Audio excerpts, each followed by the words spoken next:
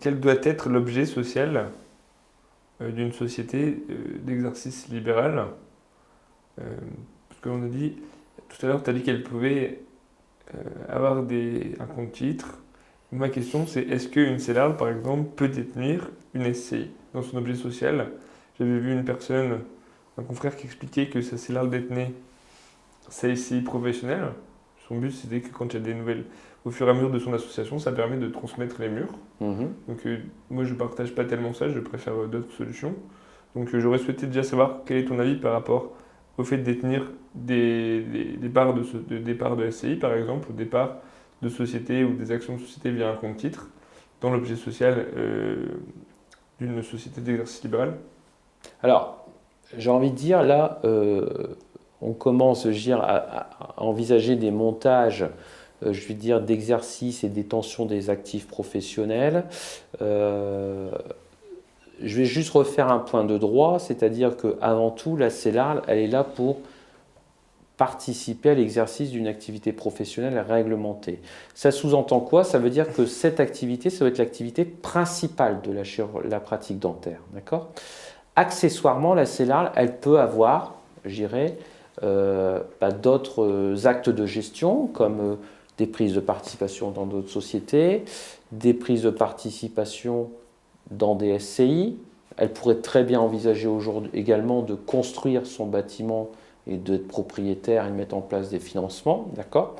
Donc tout ça, je vais dire, ça doit être prévu dans les statuts.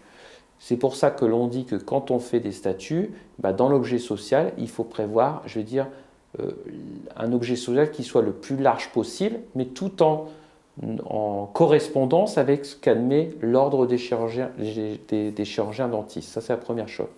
Après, au cas particulier de la SCI, effectivement, tu évoques ce schéma-là de dire j'ai des parts de SCI dans mon actif de CELARL, pourquoi pas. Ce que j'ai envie de dire, c'est chaque cas est unique. Si je mets des parts de SCI dans une CELARL, ça veut dire que ma SCI, elle sera considérée, je dirais, comme soumise à l'impôt sur les sociétés et non pas à l'impôt sur le revenu. Pourquoi? Parce qu'elle est détenue par un associé qui relève de la catégorie fiscale des bénéfices industriels commerciaux. Après, voir quel est le plus avantageux, je dirais sur le plan fiscal, ça c'est un débat. Attendez, je termine. Et ensuite, par contre, si je l'ai fait, effectivement, est-ce que c'est un intérêt patrimonial parce que ça me permet d'associer des futurs praticiens et de leur transmettre un outil de travail complet.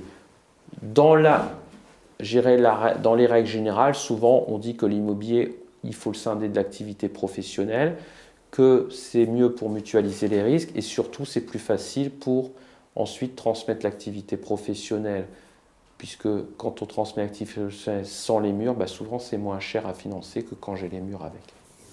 Je partage complètement cet avis.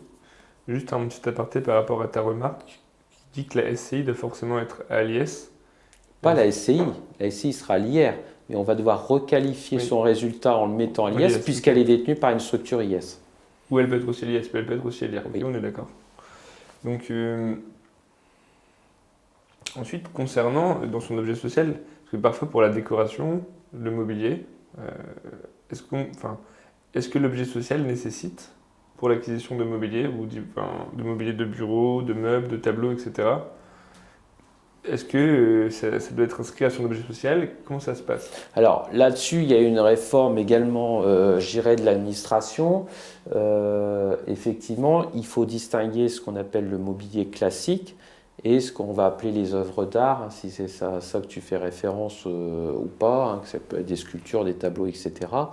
Aujourd'hui, ça, ce sont des dépenses, entre guillemets, qui sont somptuaires, pour être très clair, donc soumises à réglementation au niveau de la fiscalité des sociétés professionnelles.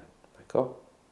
Donc ça, moi, je n'irai pas plus loin là-dessus, mais il faut être très vigilant sur la façon de traiter ce type de dépenses. Ok.